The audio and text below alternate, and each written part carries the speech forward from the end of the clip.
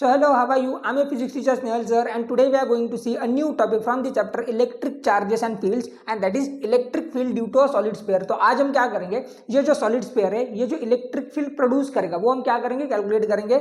सो देखो इसमें हम क्या करने वाले, तीन केसेस देखने वाले टोटल. मतलब electric field outside the solid sphere, electric field inside the solid sphere and electric field on the solid sphere.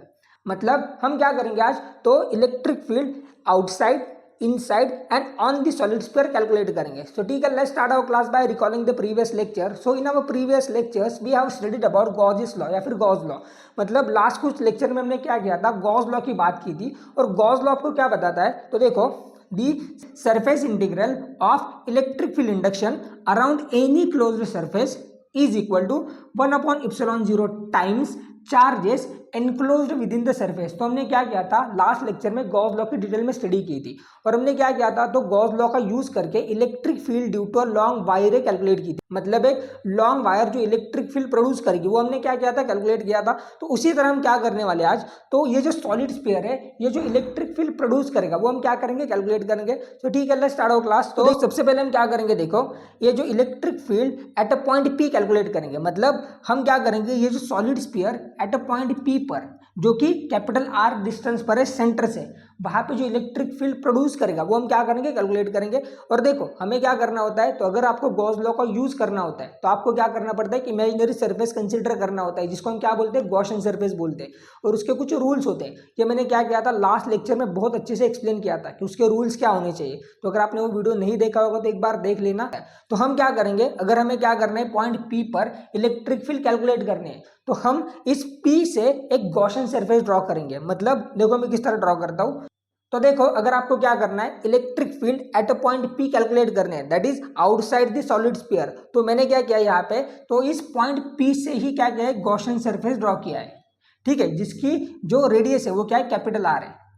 और जो स्पीयर है ना आपका, ये वाला स्पीयर, उसके रेडियस हमने क्या कंसीडर की है, तो स्मॉल आर कंसीडर की है. और ये हमने क्या किया है, तो एक स्मॉल सरफेस एलिमेंट कंसीडर किया है. अब देखो हम क्या करेंगे, अगर आपको इलेक्ट्रिक फील्ड कैलकुलेट करने with the help of Gauss law, तो देखो हम क्या करने वाले हैं अब, तो गॉस लॉ का स्टेटमेंट, मतलब मैथमेटिकल इक्वेशन मैंने यहाँ पे लिखा है, that is surface integral of electric field induction. अब इसमें ये जो टर्म होती है इसी को हम क्या बोलते हैं, तो इलेक्ट्रिक फ्लक्स बोलते हैं, that is electric field lines crossing per unit area.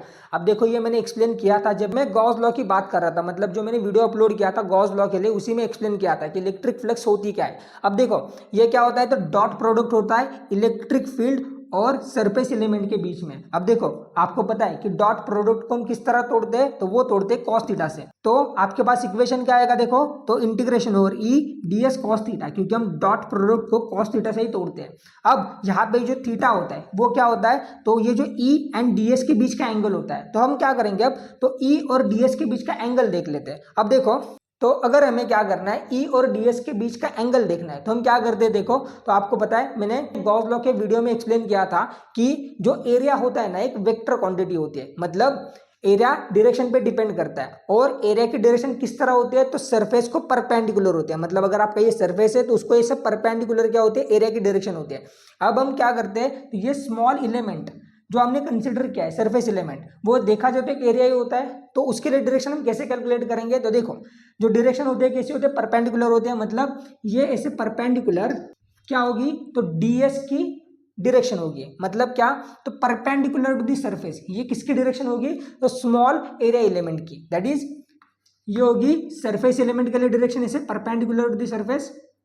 और देखो जो इलेक्ट्रिक फील्ड लाइंस है, मतलब पॉजिटिव चार्जेस के लिए वो कैसे होते हैं, तो आउटवर्ड्स होती है. मतलब इलेक्ट्रिक फील्ड लाइंस, अब यहाँ पे हमने कंसीडर क्या किया है, तो पॉजिटिव चार्जेस कंसीडर किए. तो पॉजिटिव चार्जेस के लिए इलेक्ट्रिक फील्ड लाइंस कैसे होती है, तो आउटवर्ड्स होती है. तो देखा जाए तो हर एक पॉजिटिव चार्ज क्या करेगा, अपनी जो इलेक्ट्रिक फील्ड लाइंस है वो बाहर की तरफ भेजेगा. मतलब हर डायरेक्शन में क्या होगी इससे, तो इलेक्ट्रिक फील्ड लाइंस होंगी. मतलब अगर इस पॉइंट की बात करते हैं तो यहाँ पे भी जो इलेक्ट्रिक फील्ड लाइंस होगी वो ऐसे आउटवर्ड्स होगी बाहर की तरफ, दैट इज ये भी इसी तरफ होगी. मतलब यही क्या होगी, डायरेक्शन होगी इलेक्ट्रिक फील्ड के लिए.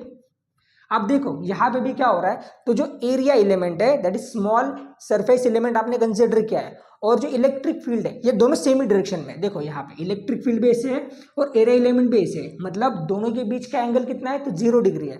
और आपको पता है कि यहाँ पे जो थीटा होता है वो दोनों के बीच का एंगल होता है, मतलब यहाँ पे जो एंगल है वो कितना है तो 0 डिग्री है। मतलब यहाँ पे जो कॉस थीटा है दैट इज कॉस 0 वो कितना होगा तो 1 होगा, क्योंकि आपको पता है कि कॉस 0 कितना होता है 1 होता है। मतलब यहाँ पे बचेगा क्या तो बस surface integral E D S is equal to Q by epsilon.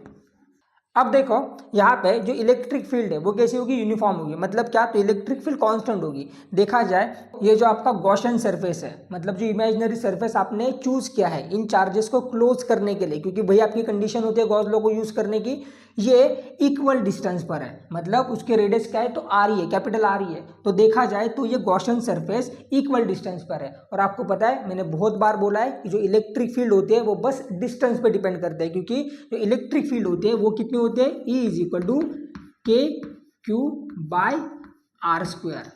मतलब क्या तो it is inversely proportional to square of distance. देखा जाए तो डिस्टेंस सेम होगा गॉसियन सरफेस के लिए, स्फीयर से, इसलिए इलेक्ट्रिक फील्ड कांस्टेंट होगी, क्योंकि के क्या होता है कांस्टेंट होता है। अब देखो हम क्या करेंगे, इलेक्ट्रिक फील्ड कांस्टेंट है तो हम क्या करेंगे उसको इंटीग्रेशन से बाहर लेंगे। क्यों? क्योंकि कांस्टेंट को हम क्या करते हैं हमेशा इंटीग्रेशन से बाहर लेते हैं। मतलब यहाँ पे क्या आएगा तो E integration over D S is equal to Q by epsilon 0।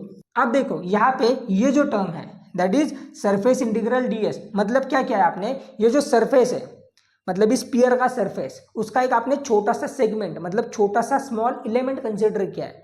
तो स्मॉल एलिमेंट को आप क्या कर रहे हो इंटीग्रेट करके जोड़ने का काम कर रहे हो। और जब आप क्या करोगे ये कंप्लीट करोगे, मतलब इंटीग्रेशन का यूज ही क्या होता है तो जोड़ना होता है। तो हम क्या कर रहे हैं ये जो स्पीयर है उसका जो सरफेस एलिमेंट है मतलब डीएस, मतलब जो छोटे छोटे छोटे आपने क्या कर रहे हो सरफेस एलिमेंट को जोड़ने का काम कर रहे हो। तो लास्ट में जब जोड़ने के बाद आपके पास क्या आएगा तो टोटल एरिया आएगा। और यहाँ पे जो टोटल एरिया क्या होता है स्पीयर के लिए तो वो होता है 4 pi are square, that is E into 4 pi capital R square is equal to Q by epsilon. ऐसा क्यों? तो देखो ये जो सरफेस एलिमेंट मतलब इंटीग्रेशन और सरफेस एलिमेंट ये क्या है तो बस उस स्फीयर का एक स्मॉल सरफेस एलिमेंट है।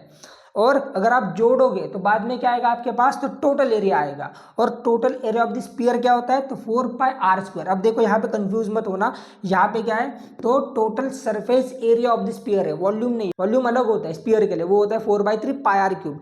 ये क्या है तो ये है surface area of the sphere. और surface area of the sphere क्या होता है तो वो होता है 4 पाई आर स्क्वायर। और देखो यहाँ पे मैंने क्या किया है तो कैपिटल आर स्क्वायर लिखा है, क्योंकि जो गॉसियन सरफेस है उसकी जो रेडियस है वो क्या है कैपिटल आर है, इसलिए हमने क्या किया यहाँ पे तो कैपिटल आर स्क्वायर लिखा है। और देखो अब हमें क्या करना है तो यहाँ पे ई की वैल्यू कैलकुलेट करने हैं। तो हम क्या करेंगे देखो ये जो 4 पाई आर स्क्वायर ये वहां पे ट्रांसफर कर देंगे, मतलब यहाँ पे जो मल्टीप्लाई है यहाँ पे जाके क्या करेगा डिवाइड करेगा। तो देखो आपके पास इक्वेशन क्या आएगा तो E is equal to Q by epsilon 0 into 4 pi capital R square. तो ये क्या होगी तो ये होगी आपकी electric field due to solid sphere, मतलब जो आउटसाइड इलेक्ट्रिक फील्ड ये सॉलिड स्फीयर प्रोड्यूस करेगा एट अ पॉइंट पी पर वो क्या होगी इलेक्ट्रिक फील्ड होगी। और देखो हम क्या कर सकते हैं और एक इक्वेशन बना सकते हैं, कैसे तो देखा जाए तो ये क्या है तो सरफेस एरिया है, मतलब हम इसके लिए क्या लिखते हैं ए लिख सकते हैं। देखो Q divided by epsilon 0 into A where A is equal to 4 pi are square. और क्यू बाय ए क्या होता है तो देखो एक टर्म में इंट्रोड्यूस करता हूं यहाँ पे that is sigma. Sigma is equal to क्या होता है तो Q by A that is surface charge density. मतलब यहाँ पे जो सिग्मा होता है वो होता है Q by A that is it is the ratio of charge to area. इसी को हम क्या बोलते हैं तो surface charge density that is sigma. तो हम क्या कर सकते हैं देखो यहाँ पे क्यू बाय ए की जगह पे सिग्मा सब्स्टिट्यूट कर सकते हैं that is surface charge density. तो आपके पास इक्वेशन क्या आएगा तो E is equal to sigma by epsilon 0। ये क्या होगी तो ये होगी electric field due to solid sphere, मतलब electric field outside the solid sphere in terms of surface charge density. तो ये क्या होता है, तो ये होता है electric field due to solid sphere, मतलब आउटसाइड द सॉलिड स्फीयर। ये आपके पास दो इक्वेशंस आते हैं। तो ये था electric field outside the solid sphere. अब हम क्या करते हैं, तो electric field inside the solid sphere भी क्या करते हैं देख लेते हैं। तो अब देखो, अगर आपको क्या करना है, इस पॉइंट P पर inside the solid sphere electric field calculate करनी है, तो हम क्या करेंगे, देखो एक इमेजिनरी सरफेस ड्रॉ करेंगे जिसको हम क्या बोलेंगे, गॉसियन सरफेस बोलेंगे। और देखो उस गॉसियन सरफेस का ds क्या होगा, तो स्मॉल सरफेस एलिमेंट, क्योंकि देखो हमें क्या करना पड़ता है, तो चार्जेस को क्लोज करना पड़ता है with the help of Gaussian surface. तो हमने वही किया, यहाँ पे पॉइंट P से एक इमेजिनरी सरफेस ड्रॉ किया है, गॉसियन सरफेस, और हमने क्या किया है, तो चार्जेस को क्लोज कर दिया है। अब देखो यहाँ पे भी क्या होगा, तो इलेक्ट्रिक फील्ड की डायरेक्शन और जो सरफेस की direction, that is the small surface element की डायरेक्शन, वो क्या होगी, सेम होगी। मतलब यहाँ पे भी जो एंगल होगा वो कितना होगा, 0 डिग्री होगा। मतलब यहाँ पे यहाँ तक जो आपका इक्वेशन होगा वो सेम होगा, लेकिन चेंजेस कहाँ से होंगे वो बताता हूँ। देखो यहाँ पे क्या होगा, तो ये जो गॉस लॉ है उसमें थोड़े से चेंजेस होंगे। मतलब यहाँ पे हम क्या लिखेंगे, देखो क्यू डैश लिखेंगे। क्यू डैश क्यों लिखेंगे, तो देखो हमें मतलब किससे है, तो गॉसियन सरफेस के अंदर जितने चार्जेस क्लोज हुए उससे हमें मतलब है, इसके बाहर कितने चार्जेस है उससे हमें कोई मतलब नहीं है। मतलब हमें बस किससे मतलब होना चाहिए, तो जो उस गॉसियन सरफेस के अंदर जितने चार्जेस को हमने क्लोज किया है उनसे ही मतलब होना चाहिए। इसलिए हमने क्या किया है, तो जो charges inside the Gaussian surface है उसको हमने क्या बोला है, क्यू डैश बोला है। और देखो हम क्या करेंगे यहाँ पे, तो क्यू डैश की वैल्यू कैलकुलेट करेंगे। मतलब जो उसने अंदर चार्जेस को इनक्लोज किया है, मतलब गॉसियन सरफेस के अंदर उसने क्या किया, चार्जेस को क्लोज किया है, उन चार्जेस की वैल्यू क्या करेंगे, फाइंड करेंगे। देखो वो कैसे करेंगे, तो उसके लिए हम क्या करेंगे, तो वॉल्यूम चार्ज डेंसिटी का यूज करेंगे, दैट इज रो का। देखो रो क्या होता है आपका, तो वो होता है वॉल्यूम चार्ज डेंसिटी, और वो क्या होती है, तो charge by volume, that is it is the ratio of charge to volume.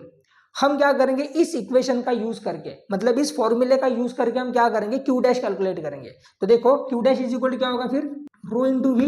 हमने क्या किया, यहाँ से v को जो डिवाइड था यहाँ पे आके मल्टीप्लाई कर दिया। मतलब आपके पास क्यू डैश के लिए इक्वेशन क्या आया, तो q dash is equal to rho into v, that is क्या होगा, देखो तो rho into 4/3 pi r cube, where r is the radius of the Gaussian surface. देखो फिर से हमें मतलब उन्हीं से है जो चार्जेस गॉसियन सरफेस के अंदर क्लोज हुए हैं, हमें इन बाहर के चार्जेस से कोई मतलब नहीं है ना। इसलिए हम क्या करेंगे, यहाँ पे बस चेंजेस कर देंगे गॉस लॉ में। मतलब यहाँ पे हम क्या लिखेंगे, बस क्यू डैश लिखेंगे। क्यों, क्यू डैश ही चार्जेस क्या है, गॉसियन सरफेस के अंदर क्लोज हुए हैं। और हम क्या करेंगे, तो क्यू डैश की वैल्यू फाइंड करेंगे, और उसके लिए हम क्या करेंगे, तो यहाँ पे रो का यूज करेंगे। और रो क्या होता है, तो वो होता है volume charge density, that is it is the ratio of charge to volume. इसलिए हमने क्या किया है, तो क्यू डैश लिया है यहाँ पे। क्यू डैश क्या है, तो जो गॉसियन सरफेस के अंदर चार्जेस इनक्लोज हुए हैं, क्लोज हुए हैं, वो क्यू डैश है। और यहाँ से क्या होगा, देखो रो यहाँ पे मल्टीप्लाई होगा क्योंकि यहाँ पे डिवाइड है। मतलब Q dash is equal to क्या आएगा आपके पास, रो इंटू वी। और v क्या है, तो वॉल्यूम ऑफ द स्पीयर है, क्योंकि देखा जाए तो ये भी क्या होगा, गॉसियन सरफेस मतलब एक स्पीयर ही होगा। तो स्पीयर का वॉल्यूम क्या होता है, तो वो होता है 4/3 पाई आर क्यूब। अब हम क्या करेंगे, ये जो क्यू डैश की वैल्यू यहाँ पे सब्स्टिट्यूट कर देंगे। देखो E D S is equal to rho into 4/3 pi r cube divided by ε0। और सेम यहाँ पे भी जो इक्वेशन है वो सेम होगा। मतलब यहाँ पे भी cos theta is equal to 1 होगा, क्योंकि इलेक्ट्रिक फील्ड और सरफेस एलिमेंट की डायरेक्शन सेम है, तो एंगल क्या होगा, 0 होगा। पूरा इक्वेशन यहाँ तक सेम ही होगा, बस चेंज क्या होगा, क्यू डैश होगा। और क्यू डैश की वैल्यू हमने यहाँ पे कैलकुलेट की है। अब हम क्या करेंगे, तो इलेक्ट्रिक फील्ड क्या यूनिफॉर्म है, कांस्टेंट है। मतलब हम क्या करेंगे, यहाँ पे ई को बाहर लेंगे, मतलब E into D S, that is integration over D S is equal to क्या होगा, देखो तो रो, अब ये 3 नीचे आएगा यहाँ पे, मतलब रो 4 pi capital are cube divided by 3 epsilon. और यहाँ पे ये जो टर्म है that is integration over D S, ये क्या है, तो ये है आपने एक स्मॉल सरफेस एलिमेंट चूज किया है इस गॉसियन सरफेस का, और इंटीग्रेट करके वो जो आपके पास वैल्यू आएगी वो क्या आएगी, तो टोटल सरफेस आएगी। और वो टोटल सरफेस कितनी होगी, तो 4 पाई आर स्क्वायर। देखो डिफरेंस क्या है, देखो पहले मैं क्या करता हूँ, वैल्यू लिख देता हूँ यहाँ पे। तो दैट इज हमने क्या किया यहाँ पे, तो बस इंटीग्रेशन ओवर ds की वैल्यू सब्स्टिट्यूट कर दी। और इंटीग्रेशन ओवर ds मतलब क्या है, तो ये जो गॉसियन सरफेस आपने कंसिडर किया है, जो एक स्फीयर है, उसका एक स्मॉल सरफेस एलिमेंट है, और इंटीग्रेशन से आप क्या करो, उसको जोड़ रहे हो, तो क्या होगा, टोटल सरफेस होगा, और total surface area of the sphere कितना होता है, तो वो होता है 4πr²। अब देखो यहाँ पे कंफ्यूज मत होना, क्योंकि ये क्या है यहाँ पे, ये है total surface area of the sphere, और ये 4/3πr³, ये क्या है, तो वॉल्यूम ऑफ द स्फीयर है, क्योंकि यहाँ पे q dash is equal to क्या है, तो रो इंटू वी, और v क्या है, वॉल्यूम है, और यहाँ पे ये क्या है, तो सरफेस एरिया है, इसलिए यहाँ पे क्या है 4πr²। अब देखो हम क्या करेंगे, ये जो टर्म है यहाँ पे जो मल्टीप्लाई है, दैट इज 4πr², ये क्या है, यहाँ पे e को मल्टीप्लाई है, तो यहाँ पे जाके डिवाइड करेगी, मतलब आपके पास इक्वेशन क्या आएगा, तो e is equal to rho 4πr³ as it is, जो न्यूमरेटर में है, divided by 3ε as it is, into 4πr², मतलब ये टर्म आपने यहाँ पे जाके डिवाइड कर दी। अब देखो इसमें कैंसिल क्या क्या हो रहा है, तो देखो 4 कैंसिल, पाई कैंसिल, और यहाँ पे r² से r² कैंसिल, तो यहाँ पे बस बचा एक r। सो आपके पास e के लिए फाइनल आंसर क्या आएगा, तो e is equal to rho r, that is capital R divided by 3ε, that is capital R क्या है, तो उस गॉसियन सरफेस के रेडियस है। देखो ऐसे बहुत कम केस है जिसमें जो इलेक्ट्रिक फील्ड है वो डायरेक्टली प्रोपोर्शनल है रेडियस से। यहाँ पे ये जो इलेक्ट्रिक फील्ड है वो डायरेक्टली प्रोपोर्शनल है रेडियस से, मतलब अगर आप inside the solid sphere electric field calculate कर रहे हो तब क्या हो रहा है, तो इलेक्ट्रिक फील्ड डायरेक्टली प्रोपोर्शनल हो रही है रेडियस से। पिछली बार जब हमने आउटसाइड की बात की थी तब जो इलेक्ट्रिक फील्ड थी वो क्या थी, तो इनवर्सली प्रोपोर्शनल थी स्क्वायर ऑफ डिस्टेंस से, और इसमें क्या है, डायरेक्टली प्रोपोर्शनल है। तो देखो इनसाइड दी इलेक्ट्रिक फील्ड तो होगी कितनी, तो E is equal to rho capital R divided by 3ε। और देखो हम क्या करते हैं, इसी इक्वेशन को थोड़ा सा मॉडिफाई करके ऑन द स्फीयर भी क्या करते हैं, तो इलेक्ट्रिक फील्ड कैलकुलेट करते हैं। कैसे, तो देखो अगर हमें क्या करना है, ऑन द स्फीयर अगर इलेक्ट्रिक फील्ड कैलकुलेट करने, मतलब आपको पॉइंट कहाँ पे P, तो यही पे पॉइंट P है ऑन द स्फीयर, तो हम इसके लिए अलग से इक्वेशन नहीं बनाते, हम इसी को क्या करते हैं, मॉडिफाई करते हैं। कैसे, तो अगर पॉइंट P सरफेस पे है, मतलब ऑन द स्फीयर है, तो जो आप गॉसियन सरफेस ड्रॉ करोगे वो इस सरफेस के ऊपर ही करोगे, मतलब इसी के ऊपर क्या होगा, आपका गॉसियन सरफेस होगा, इसी के ऊपर आपका क्या होगा, गॉसियन सरफेस होगा, है ना। उसी के ऊपर आप क्या करोगे, तो स्मॉल एलिमेंट कंसीडर करोगे इसे। अब मैं क्या करता हूँ, ये अंदर वाला हटा देता हूँ, तो देखो यहीं पे क्या होगा, आपका जो स्मॉल सरफेस एलिमेंट होगा, मतलब जो आप गॉसियन सरफेस ड्रॉ करोगे, जब हम ऑन द स्फीयर बात करते हैं तो उस सरफेस के ऊपर ही करोगे, मतलब यहाँ पे जो गॉसियन सरफेस होगा और जो स्फीयर होगा उन दोनों की रेडियस क्या होगी, सेम होगी, मतलब जो r होगा वो इक्वल होगा कैपिटल R से।